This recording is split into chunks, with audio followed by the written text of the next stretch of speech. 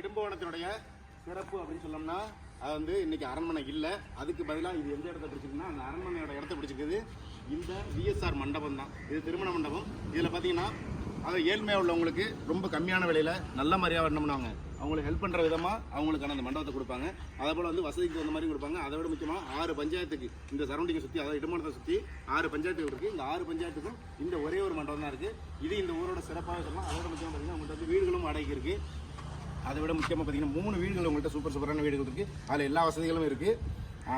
இதையும் விட இன்னும் சிறப்பான விஷயம் சொன்னாக்கா இவங்க வந்து சிங்கப்பூரில் செட்டில் ஆகிருக்காங்க. அப்படி இருந்து இந்த ஊருக்கு ஏதாச்சும் நல்லது செய்யணும் அப்படிங்கிற நோக்கத்தில் இவங்க நம்ம எவ்வளோ பெரிய மண்டபத்தை கட்டிட்டு இருக்காங்க. அதோட முக்கியமாக 3 பஸ்ஸும் வச்சுருக்காங்க. அவங்க இவங்கள்ட்ட அந்த பஸ்ஸும் வந்து பார்த்தீங்கன்னா சேவை மனப்பான்மையில் தான் இந்த மாதிரியான விஷயங்களை செஞ்சுட்டு இருக்காங்க. அதனால் முடிஞ்ச அளவுக்கு இதை மாதிரி ஊர்களில் இருக்கக்கூடிய நீங்களா இருந்தால் கமெண்டில் சொல்லுங்கள். இதோட ஸ்பெஷல் இன்னும் என்னங்கிறத எனக்கும் தெரியப்படுத்துங்க. இந்த ஊரோட முக்கியஸ்தர் அப்படின்னு சொன்னாங்கன்னா நம்ம அண்ணன் இருக்காப்ப. நம்ம அண்ணன் நமக்கு ரொம்ப வேண்டியப்பட்டவங்க.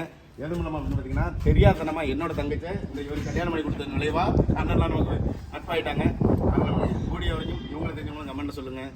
நம்மளோட வீடியோ எப்படி இருக்குங்கிறத கண்டிப்பாக கமெண்ட்டை சொல்லி ஆகணும். நாளைக்கு